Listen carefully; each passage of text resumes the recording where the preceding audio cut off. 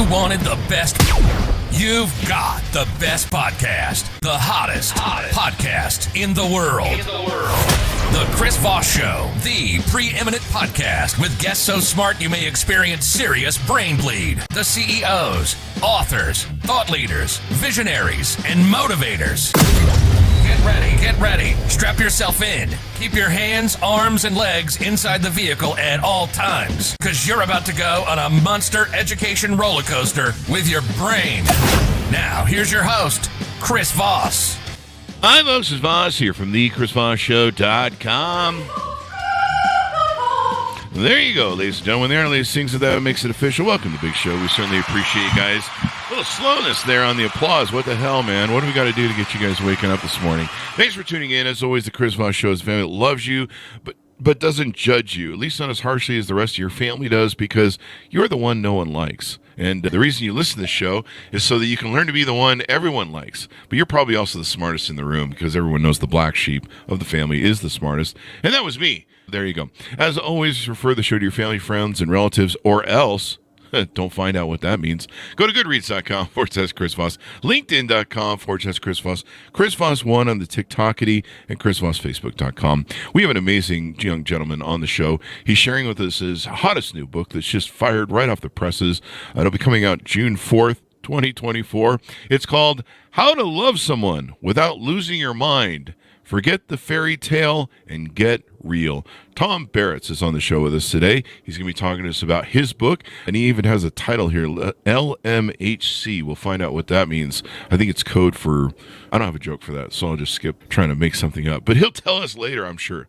He's a renowned psychotherapist and sex therapist whose innovative approach to mental health and relationships has established him as a leading figure in his field. In addition to his clinical practice, he is a prolific writer and speaker.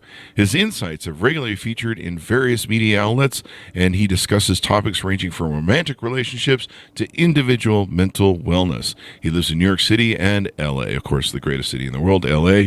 We can argue about that on the show. Welcome to the show, Todd. How are you? Hi, thank you for having me, and thank you for that intro and all of that fun. All that stuff. So you're a sex therapist. We'll get in the show later and talk about my last trip to Thailand and what this rash is about. But in the meantime, give me a 30,000 overview. What's in your new book?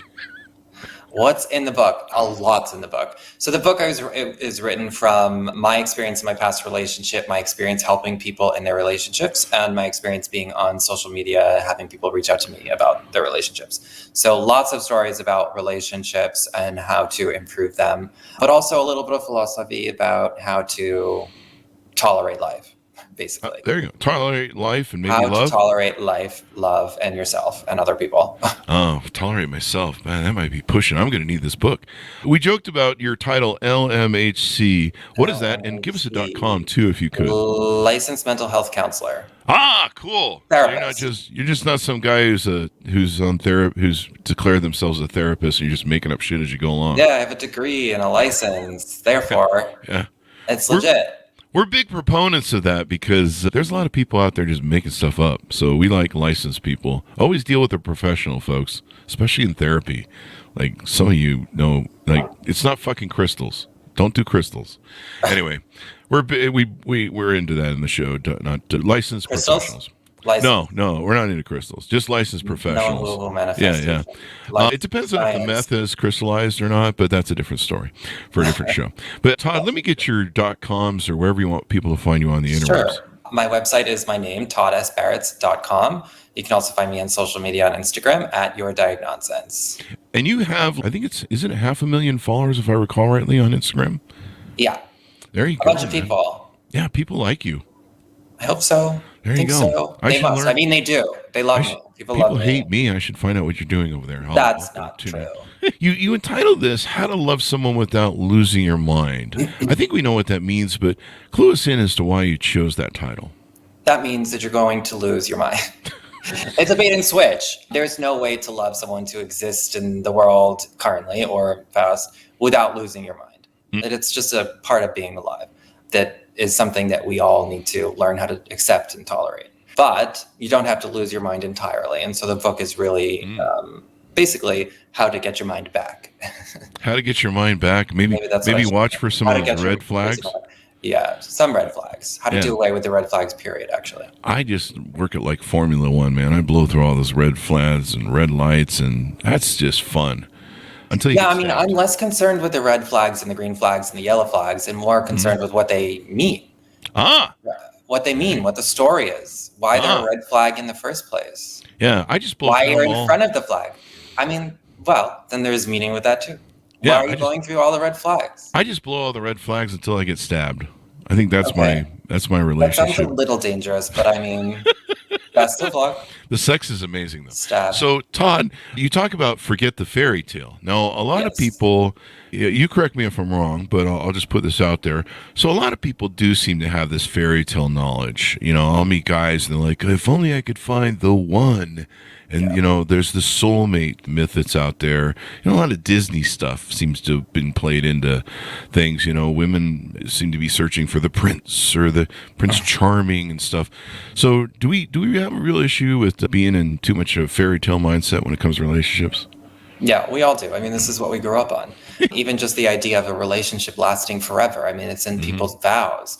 But the reality is relationships are ending more than ever. And the idea of a perfect match or someone that will give you bliss on an ongoing basis is completely false. But the reality also is that we still want it. I think most people understand that the fairy tale is a fairy tale and a fantasy, but that doesn't change the desire. I mean, I still don't want to have to date ever again and want to be with one person forever. But I know that the reality is that might not be true, that relationships end. I can't predict forever. But it's pretty oppressive, the narrative of a fairy tale. And it's something we've all internalized. And we really embrace it. Like, I've seen people that have been divorced like 4 times. I was talking to someone in one of my and they're still looking for the one. And they're still looking for the one. They're like, I still believe in marriage. And I'm like, I'm not sure. I think you believe in the payout of the divorce, but that's another matter. But I think you believe in alimony, not marriage. Anyway, those are jokes, people. I'm just kidding. No, they're not.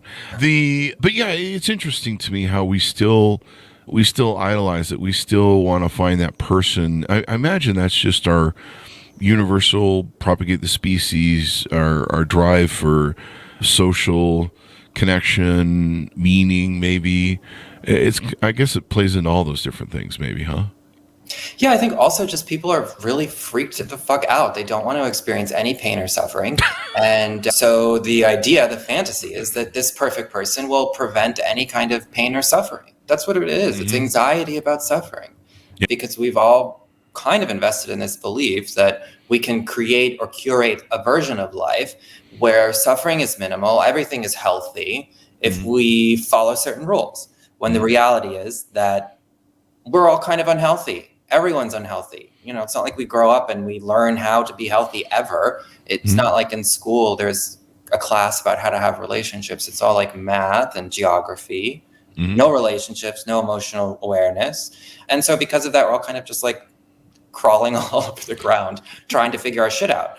So it's really important to resist framing challenges as unhealthy. You know, these challenges that we have in life, the suffering that we experience is actually kind of normal. It's actually a piece of what it means to be alive. Yeah. You know, I talk to people and there seems to be, you know, the rise of these incels and people in dating. They're like, I went on a date, I didn't like it, or she didn't like me, or he didn't like me, and now I hate dating. And I'll tell people, kind of you know, yeah. It was a bad experience and I hate it and I'm deleting all the apps. Yeah. And like, I've got a family member who's a 23-year-old incel, and he's a young man. I can't figure it out. Like, he had one girl say no to him in high school, and he hates women ever since. And I'm just like, man, if you quit after one girl tells you no, you got a long life ahead of you, because you're going to hear, you know, I probably heard a lot of no's in my life. You know, not everyone likes you. And I'll tell people, I'm like, not everyone likes you.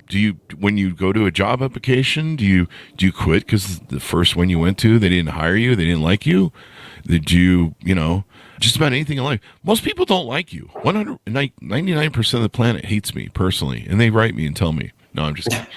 But, you know, it's kind of funny, this mindset that we have where we're really lazy, or I don't know, we just quit a lot in dating, but, you know, we'll do everything else. We'll go on 100 job interviews. We'll, you know, do whatever it is, go look at 100 houses or 100 cars to buy one. But we go on one date and we're just like, I give up.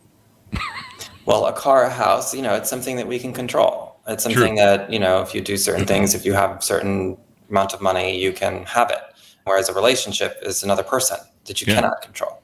Yeah. And you're going to be told no, things are going to hurt, you're going to fall down, and you're going to have to get back up again. Yeah. Rupture and repair, it's part of our life. Yeah. And anything worth having takes a lot of work. And that's the other thing I talk to people about. I'm like, anything worth having is a lot of work. You can't have this mindset where I go on one date, she's my soulmate, and it's happily ever after. What the fuck are you thinking? I think part of that's the fairy tale issue, maybe. Yeah, I think there's also a lot of anxiety in that statement. One person and it works, and nothing else is necessary after that. You don't want to get to know them. You don't want to let them get to know you. You want to skip everything, and you just want to get to the part where you commit, which is a lot of anxiety. It's a lot of fast forwarding to something, the commitment part of a relationship or idealization part where, we haven't actually done the work to get to know someone and to let them get to know us and to see if a relationship could actually work. Mm-hmm. And that starts from date one. And so your book will help relieve that anxiety, try and do stuff without losing your mind and going crazy with this stuff, and maybe being more rational with it. Accept the anxiety, understand the anxiety, and make better choices in the face of anxiety. Because that's the challenge, is everyone has anxiety. We're all afraid of something. Life's pretty fucking scary. And so what do? We are either passive aggressive with the people that we love. We lash out. We say, okay, it didn't work out. I'm never doing this again. We tend to go to extremes with our anxiety because we're afraid. And so in the face of fear, we retreat, we withdraw. But it's actually in that withdrawal, in that retreat, that we make ourselves powerless, small, invisible. And so the challenge is not to shed the anxiety or never to be afraid. That's ridiculous. Our brains simply, that's how our brains function. There's actually fear-based systems in our body. So it's not something avoidable, but it is something to tolerate. And it is something that we can develop an acceptance of, that culturally we just simply don't. Physical pain, physical illness, we say, oh yeah, we tell people I have a headache, it's not a big deal. If we're sad one day, we're not going to tell somebody, and we may take that sadness and philosophize about the whole future of our entire life, and we're going to be sad forever. So there's a lot of challenge in terms of when we're confronted by these fears, what we do with it and how we understand it. There you go. I see people that break out of a relationship. I'll see women that will say, I had a bad relationship. Now I have a list of 500 rules that a man has to have when I meet him. And is that part of that? Is anxiety building, kind of walling off anxiety? Is that kind of what you're doing, and is it productive? In terms of making the list of or just just trying to. You're trying to vet harder, and really what you're doing, in my opinion, is pushing people away and making it harder for people to get to know you. Yeah, and vice versa. Mm-hmm. Yeah. Let's talk a little bit about your upbringing. What shaped you? What made you get into the business and eventually motivated you to write the book? Well, I entered the business as a client, a patient first. I've been in therapy for 27 years. And it was in the relationship I had with a therapist I met at 15 that really changed my life. And so that relationship, and also just developing understanding about what was going on for me, both in my family, within inside of me, was really life-changing. And so because of that, I studied it in school and so on and so on. And that's how I got where I am. But it really comes from a personal place, from my own personal experiences, struggling, suffering, and in therapy, and how therapy really, really helped me and saved my life in many ways. There you go. Therapy, and everyone should go to therapy. Everybody should go to I really think everybody should be assigned a therapist at birth, or some kind of coach, a therapist, a Sherpa, I don't know, a yoga teacher. Somebody to help you get through life. Parents can't do that. They literally can't do that and parent you and support you. And if you have siblings, we need help. And it's really kind of shitty that we don't have this kind of built-in support system or prioritizing this kind of support in our lives. But it was really life-changing for me. And if you haven't been to therapy, go. There you go. Go to a coach, go to therapy, breathe deeply, read a book, read my book. There you go. Order the book wherever fine Order books are it. sold, folks. Yeah. How to Love Someone Without Losing Your Mind. I agree. I go on first dates and just hand out psychiatrist cards.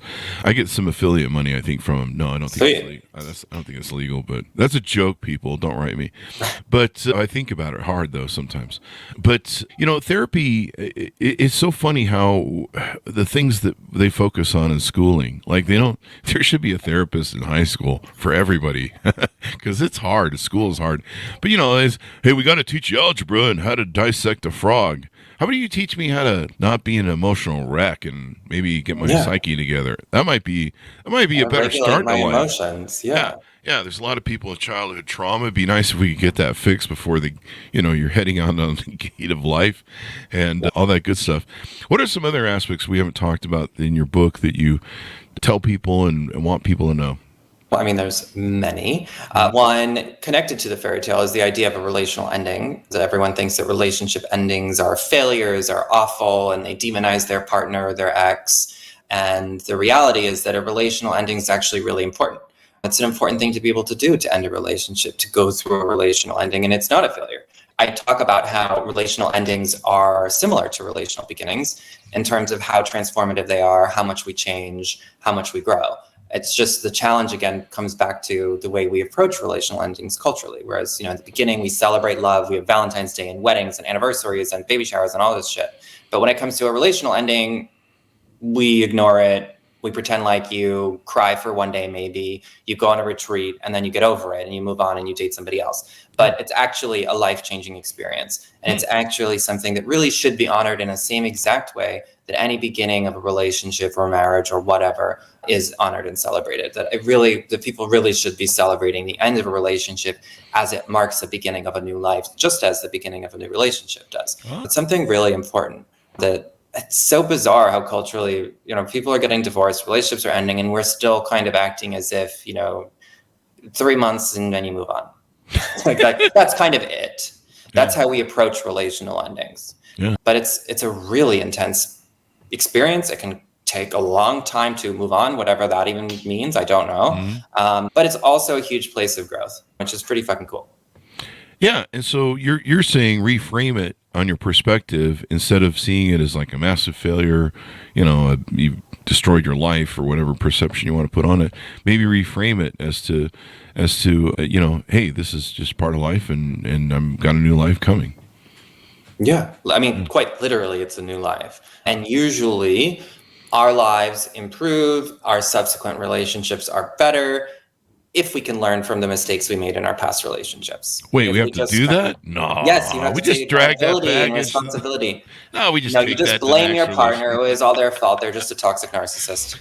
Not you, not me. I could never do anything wrong. No, but a lot of people do that. They just blame their ex. They say it was a toxic, shitty relationship, and they don't learn from it. The whole idea of ending a relationship is to learn from it. Mm-hmm. And probably have some self-accountability, maybe. Yeah. Even if they were a toxic narcissist or an asshole, what brought you to be with them? Why were you with them? What stopped you from ending it sooner? There's a lot to learn. Definitely. And this narcissist thing has become just an epidemic in the dating world and TikTok and probably Instagram too, I think. I don't know. But I mean, you go on dates with women and I'll hear that the last 10 boyfriends were all narcissists. And I just sit there and we've had a lot of psychologists like yourself on the show, and there's only, I think it's 12% or 5% of America is truly a diagnosed narcissist. And you're like, honey, did you go to the narcissist rehab clinic and just pick up all the guys? 2% of a population that's like billions is actually a lot. But I mean, I don't even care. I don't even care. I mean, if they are or they aren't. Yeah. The question, what was your experience? And people are using the word narcissist as a label to categorize and to group people in. Yeah. And in the process of doing that, they're avoiding themselves. They're avoiding their story. They're avoiding, even if they were a horrible and narcissistic person, they're avoiding, again, what brought them there, what the story is that caused them to be drawn to somebody that was toxic. But most of the time, we might be misinterpreting someone's behavior. And so the real goal, narcissism or not, is to, one, be more curious with ourselves. Again, why, who, what, when, why, but also to express curiosity about the other person as well. And that doesn't have to absolve them of all of the ways in which they've mistreated you if they have. But it does require us to be more curious and compassionate about, okay, so someone's acting like a jerk. Why is that? Why are they acting like an asshole? What's the story behind that? And, maybe you don't have to show that type of compassion for someone you went on one date with. But when it comes to a parent, a sibling, a partner, a friend, this is the type of curiosity we want to show people that we love. It's really crucial and important. And when people break up, the one thing I learned in dating all my life is anybody who's been divorced or in a long-term relationship, they usually need about 2 to 3 years to go through the grieving process and then establish their new identity. Do you think is that an accurate sort of process? Is that what really needs to happen, or no?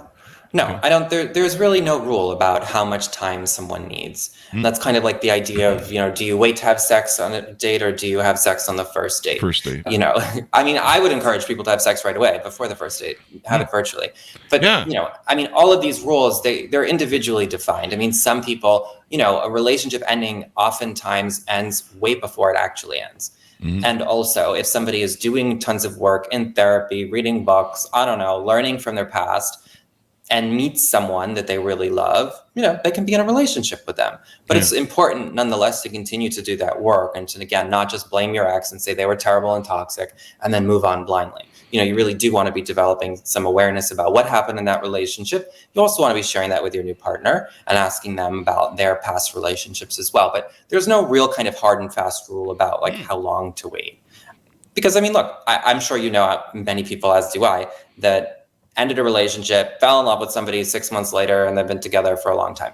Shit happens. But sometimes people do need a long time. It's really just individually specific. It's about preference. It's kind of like, do you like spicy food or not? Yeah, because sometimes you'll go on a date with somebody who's been divorced or broke out of a long-term relationship, and their head's still going around.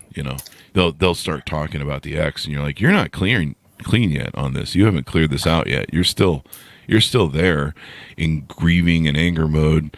And then sometimes, you meet them and they're still figuring out who they are, who their new identity is, because their old identity was, I was married and this is the team I was on, and now they're on their own and they're trying to figure out what they like and what they're about.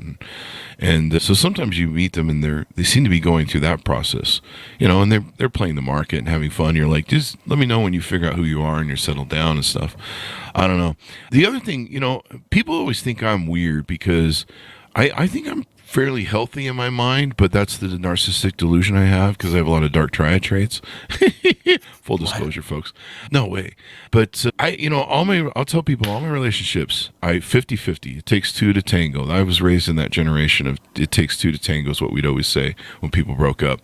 And I appreciate all my exes. I don't have any problems with them. I don't have any issues. If I met them today, I'd be like, thank you.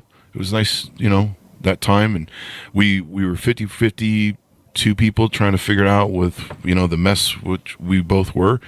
And I don't blame them for anything. I take responsibility for, I probably was the best guy and they probably weren't the best girl. And, we're probably at some stage in our life where we weren't perfect, but now I am. And that's how kind of I look at it. And I think that's pretty healthy, right?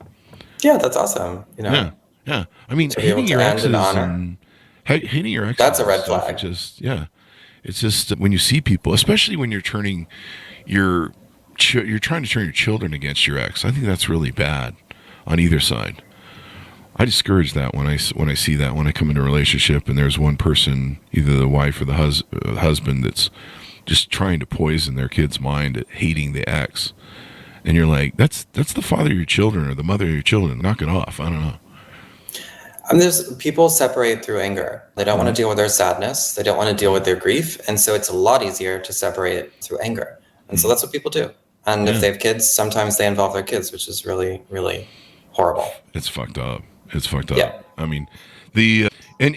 You're right about fixing these things early on when you come out of the relationship, dealing with them, reconciling them. I've seen people that I've seen people at 4 or 5 marriages. I think I saw one at a 5th marriage, and she would get upset at her men for looking at another woman, and she would flip out if he was looking at a woman or possibly cheating. I mean, he lived under a 24-hour, 24/7, you're cheating sort of thing. And eventually, all 5 men that she had married, she eventually drove to cheat. And I've been in that situation with a woman where you're just like, I might as well cheat because I've just been hearing that I'm a cheater for a year being accused of stuff. You just finally give up. But you see, it's an example of the patterns that people have if they don't reconcile their issue with their early relationships. They just drag the baggage and the damage from one relationship to another. And I'm 56 now, and I can see that in the patterns of people when I talk to them, because I can be like, how did your first 2 marriages go? How were your relationships through the thing? And there's a pattern you can see where they're picking the same people, they're having the same experiences, and they never fix themselves. Yeah, I mean, that's why, when someone's talking about their ex, it's important information to learn about. Most people are dating and have no idea about their future partner's history, whether that's relational history or childhood history. But it's actually an important piece. If you're dating somebody, you want to know about their past relationships, and not as a way to analyze and try to look for red flags, but to gain a real get some real information about, who they are relationally and what type of work they've done. And you also want to share about your relational history and share with them similar things. It's also pretty connective to talk to somebody about, where did we go wrong in the past? What are we working on? It's a big way to deepen intimacy. Should you ask somebody when they talk to you about their relationships and maybe how they failed? Should you ask somebody, so what have you done to reconcile that, or make sure that you don't repeat those sort of patterns in the future? Is that of course. Ask. No, to be direct. Ask. I mean, if you're dating somebody for a relationship, don't dance around the subject. Yeah. What have you done to learn? What have you done in response to that? I mean, you don't have to be obnoxious about it. You can say, I mean, that sounds really hard. I just think similar. Have you done any work on some of that? Can we start a thing where you have to show up at dates with a therapist referral?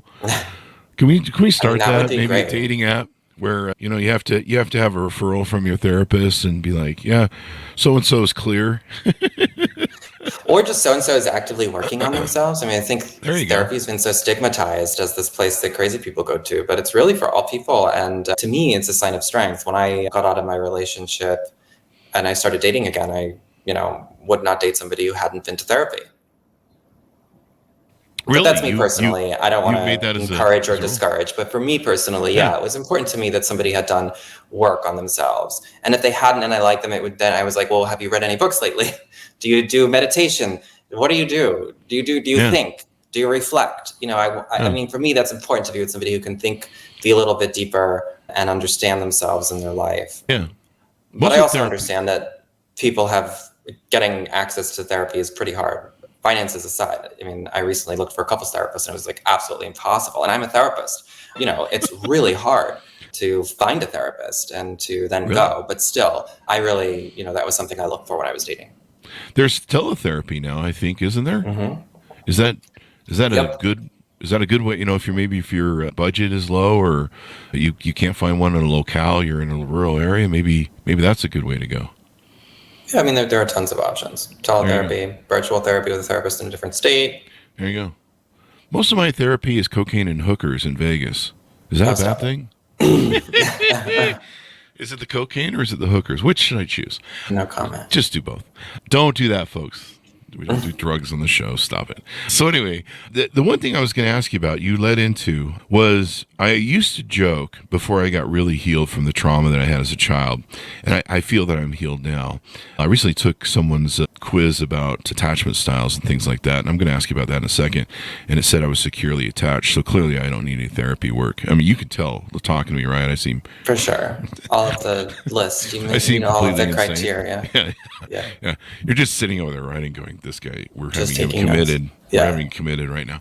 So I used to joke that if I ever went into another relationship, that I would probably start doing couples therapy immediately and try and see if that could be preventative work.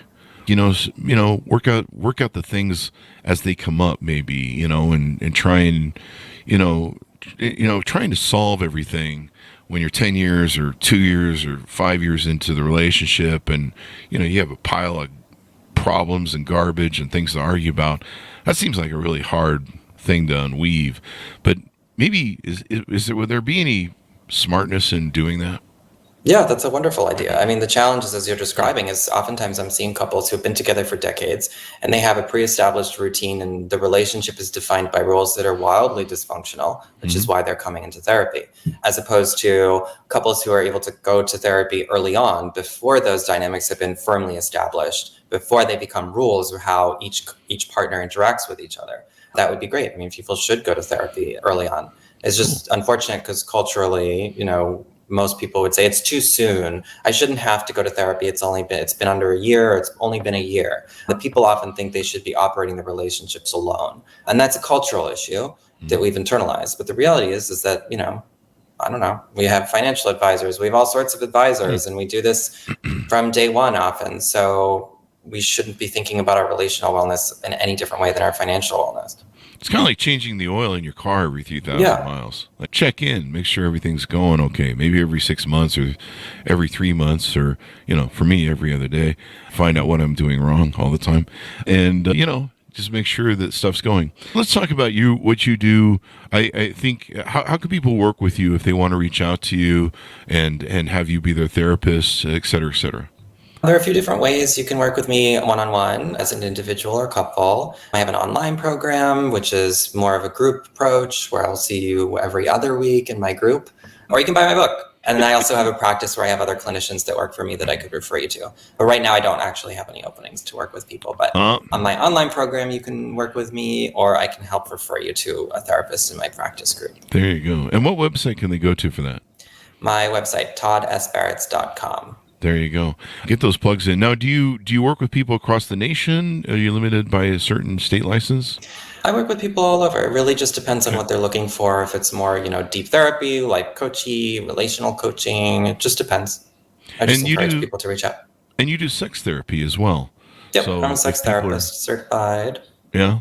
And so you help people, you explain the birds and the bees to them, and the tell birds them and the parts bees to use and all that stuff, right? Yes, but sex is about so much more than sex. It's usually about a lot of relational anxiety. So yeah, people often think that I'm just talking about like clits and dicks all day, but performance anxiety is about relational anxiety. I mean, most of what I talk about in sex therapy is anxiety. Yeah, because once the reason I've never been married is because I know a lot of married guys and they're living in these sexless marriages, and I'm just like, that sounds like hell. I've known guys that lived 10, 15 years in a sexless marriage, and I'm like, that's a really expensive best friend you have. I mean, it's pretty common, marriage or not. Long-term relationships, desire always declines. It doesn't really matter.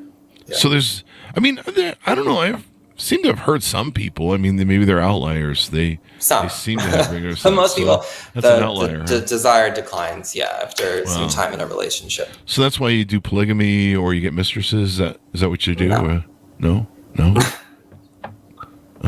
I'll have to note to self: stop the mistresses. Anyway, final thoughts as we go out, Todd, on your book, what's inside of it, and how people should work with you. You can go to toddsbarretts.com, pick up my book if you want to know yourself better and have better relationships. There you go. I'm recommending it to everybody because I've dated all my life. I know a lot of people who need it. Maybe I should go back through my book and just start mailing it to people. Yeah, I'll mail it to myself. Mail it to everyone. Yeah, there you go. So thank you, Todd, for coming on the show. We really appreciate it. Thank you for having me. Thank you for coming, and thanks to our audience for tuning in. As always, order the book wherever fine books are sold. Stay away from those alleyway bookstores because you might get stabbed or robbed. It's entitled How to Love Someone Without Losing Your Mind. Forget the fairy tale and get real. I love that line. Get real, people, damn it. You should make a shirt of that. So there you go. Refer the show to your family, friends, and relatives. Go to goodreads.com/Chris Voss, LinkedIn.com/Chris Voss. Chris Voss, one of those crazy places on the interwebs. Thanks for tuning in. Be good to each other. Stay safe. We'll see you next time. And that should us out.